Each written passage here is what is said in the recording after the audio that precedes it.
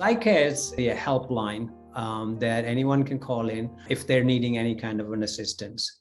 It's a non-emergency based service, and it's free of cost, and it's completely confidential.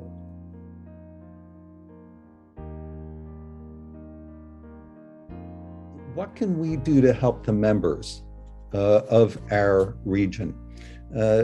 We do a pretty good job of helping others, that are not part of the SSIO organization, the homeless, those who need tutoring, and so forth, all the different types of service we do in Ariana's service and all the others. But I also noticed that our own members were suffering in some cases. I just kept seeing all these occurrences where our own members were having problems. And, Swami says that service and duty starts in the home. And the SSIO organization is our home.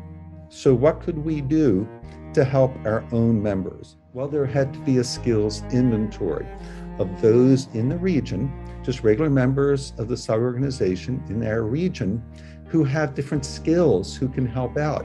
Doctors, obviously, but others too, people who can just give rides to others who need rides to doctors or to get groceries. So we put together this inventory of the location of where people were throughout our region and what their skills were, and they would volunteer. So then the way it all worked was someone would call in with a need, then we would connect them to a person who had the skills and the time availability to help that person. And it worked very well. And it's worked so well that it has now expanded to other regions as well.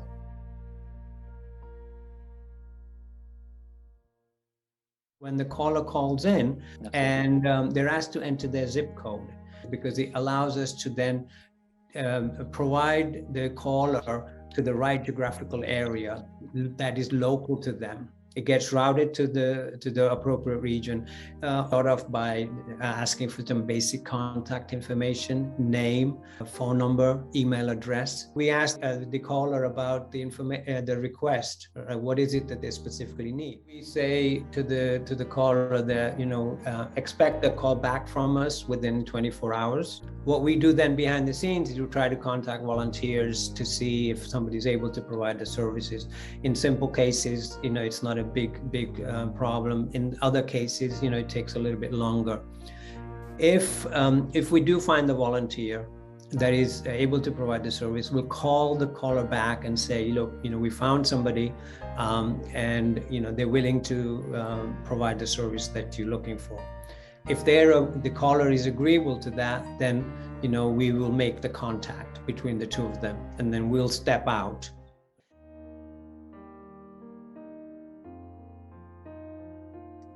One of the things we've learned is there's no such thing as a typical phone call. Can group calls into like 4 areas, right? One is like emotional support, where somebody's really looking, it could be grief support as an example, where they've lost a loved one, or they just need somebody to talk to, or that. So that kind of falls under the emotional support category. We also have elder care support, and elder care is where somebody's confused about the medication that they're taking. They might have questions about Medicare or whatever that they want just somebody to talk to. And one of the other things that we also try to do is provide the conversation, the dialogue in local language that the caller prefers. So if the callers preferred Spanish or Telugu or Hindi, then we have volunteers that can do that. And quite often the volunteer will express that and will actually feel very good about it, that we were able to do that. So elder care is there, and then child care, in terms of, especially with COVID and with virtual learning, how children are coping, or tutoring, my child needs extra help in this. Do you have somebody that can provide that? So that's an area. And then really there's a fourth one that is kind of like a catch-all called helping hand. So anything really that does not fall into those other categories, we put into the helping hand category. Could be like somebody needs grocery shopping. And this was quite big among seniors during the peak of COVID time, because people just not wanting to venture out, and so they would call and say, can I get this grocery delivered, and such and so forth. So we would make arrangements for that. This whole pandemic, when there was the ban from India to come, for parents to come here, we did have young adults having babies and they were alone. So we could, when they call psychiatrists, we could arrange for food or any kind of a help the new parents would need. We would call elderly care, because during the pandemic, our elders were very vulnerable to COVID-19. So they were very scared of going out, doing grocery shopping, and because they were scared, they wanted someone to call and talk to and know that someone is there for them. We had a way different calls than we anticipated. It might be as like I have to move out of my apartment today and I need assistance to move everything into a storage unit. So we could gather volunteers, and it can be as other requests is like, my parents are here but their medical insurance expired, how do I need to check with the doctor, or I want to extend my parents' stay, how do we go ahead and do it? It's such a joy to be able to connect on this level with them, and to know that they aren't ever alone, that no one is ever alone, that we will be a voice there with them and for them.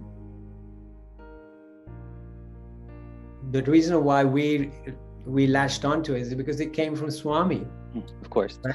In one of his discourses, it happened to be Guru Purnima, I think it was 1960, where he talks about sadhana, and one of the steps in sadhana he talks about is love all, serve all. And he says, love calls, love responds. And we picked it right from there as our tagline. And because we felt that captured the essence of what Psych-Cares was all about.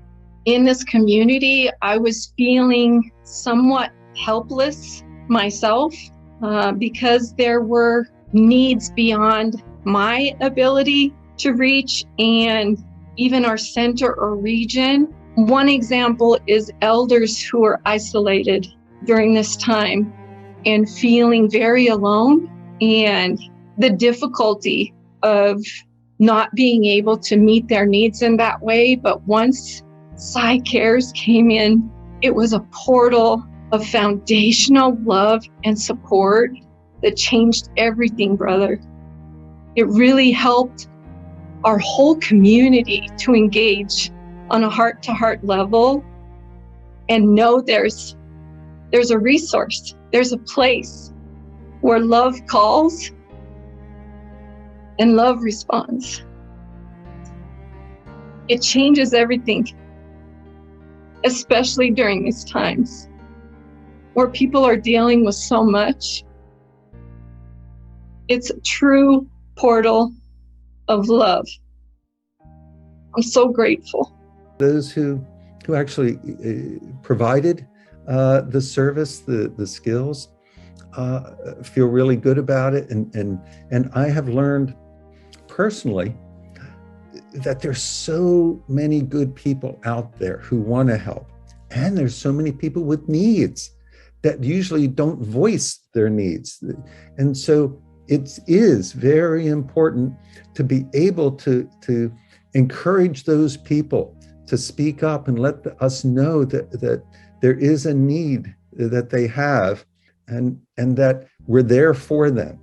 And being able to be there for them just makes us feel so good.